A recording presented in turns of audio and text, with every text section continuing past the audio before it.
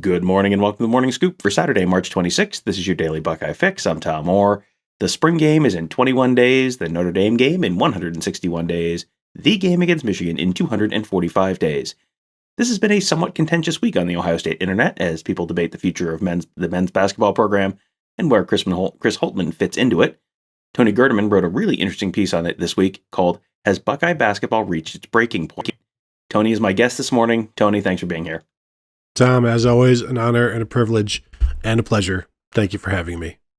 So I think people are familiar with the talking points from fans who think Holtmann has kind of hit a ceiling. You know, he's been in Columbus for 5 seasons, hasn't won the Big Ten, hasn't reached the Sweet 16. But this year's team had a lot of different stuff go wrong. Kyle Young had multiple concussions and then hit his head again in the second half against Villanova, had to sit the last 9 minutes. Justice Suing and Seth Towns missed either the whole season or virtually the whole season. Dwayne Washington made a maybe somewhat unexpected decision to leave after last season that left kind of a hole in terms of scoring. I think there's a pretty good case that if you change any one of those things, they probably have a better seed in the tournament this year, for one. But number two, thus probably reach the Sweet 16 as well. Yeah, a lot of factors going in, and not even to mention Meechie Johnson injuring his face and having that impact a month of his season. But any one of those, and I think the Justice Suing thing is for me is the biggest one. And as Chris Holtmann said a few weeks back, not having him and Seth Towns, those are 2 of your top 8 guys that you're planning on having during the season, and to have neither one of those. And Justice Suing is a guy who can defend 4 positions and bring the ball up the court and can play the 4 and can play the point and do whatever you need. And he gives you that flexibility when anybody goes out, he can step in and then they can maneuver things around him. And to not have a multi-skilled athlete, a double-figure scorer last year, and he was going to continue to do that again this year, that was, that to me is the biggest blow. Seth Towns, not having him out there, that's kind of one of those things where you hope you have him, but the injury history tells you that you might not. But then I don't think really anybody expected Dwayne Washington to leave after 3 years.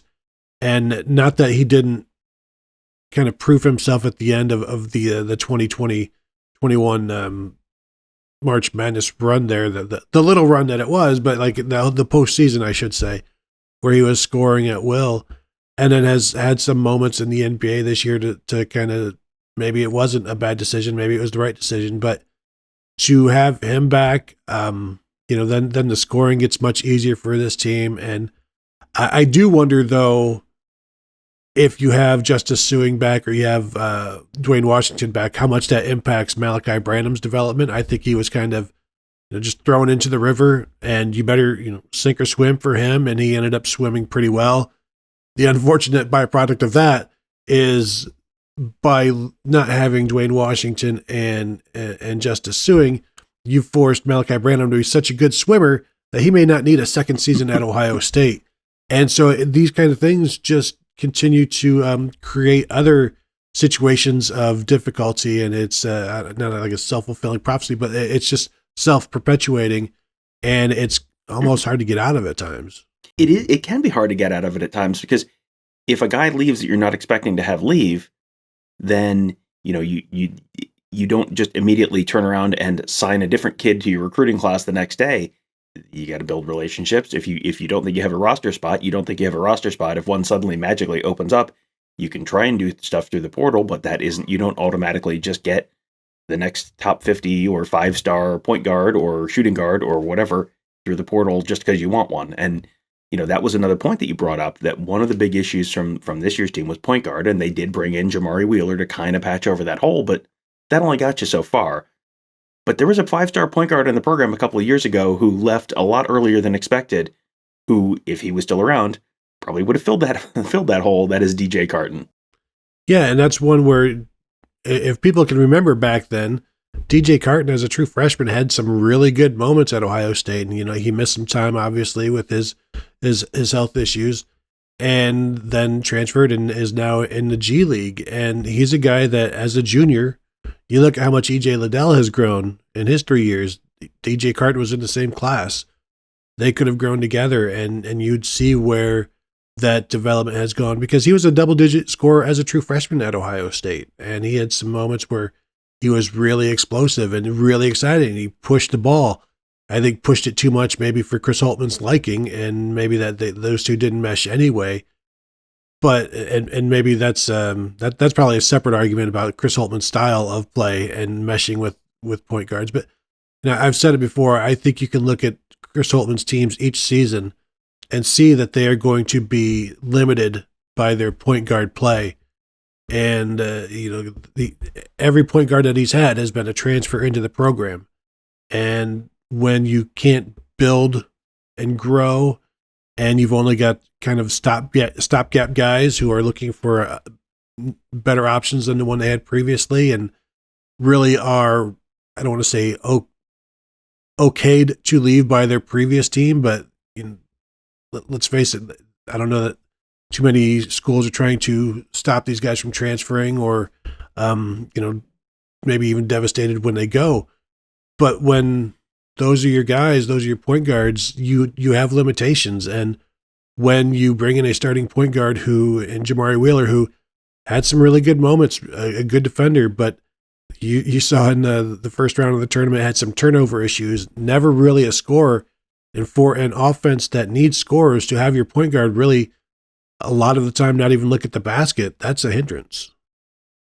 And I'm sure everyone who's listening to this, who is on the, more on the side of maybe the side for coaching change, is saying, come on, like every program has injuries, every program has transfers, every program's dealing with the same kind of stuff. Like, you got to just sort of figure it out. And that's fair. Every program has its what ifs.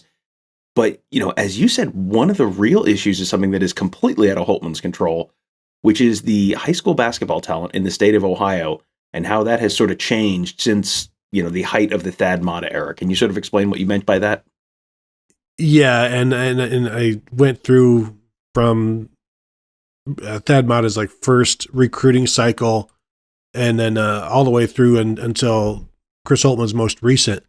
And when you look at what Thad Matta had in his first 6 recruiting cycles compared to what Chris Holtmann has had in his first 6 recruiting cycles in terms of Ohio talent, it's stark. Like in Matta's first 6 recruiting cycles, there are 8 5-star Ohioans. Holtmann has had in Ohio, there's been 1 in Holtmann's time.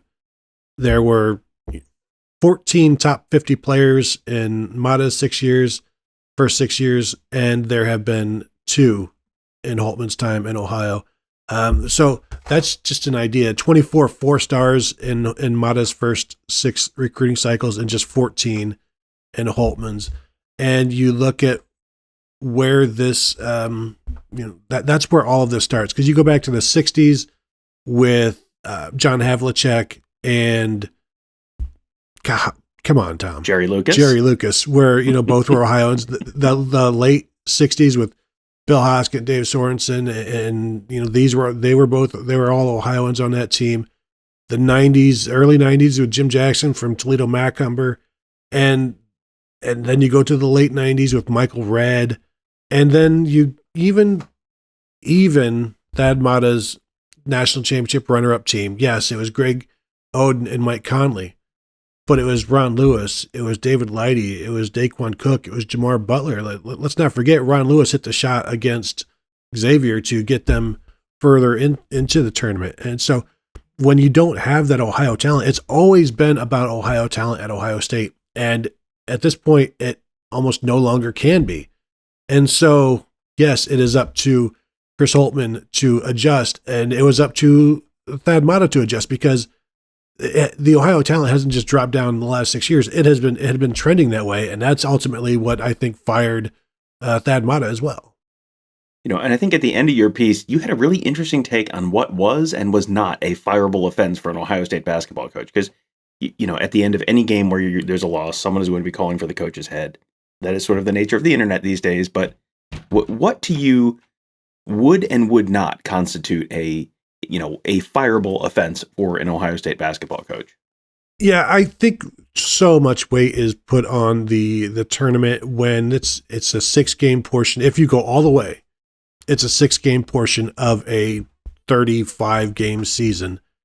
And so I think that gets a little bit overblown. I don't believe the lack of advancement in the tournament is a fireable offense because, okay, once Chris Holtmann does get to the Sweet 16, then the goalposts move to, well, he's never been to the Elite Eight.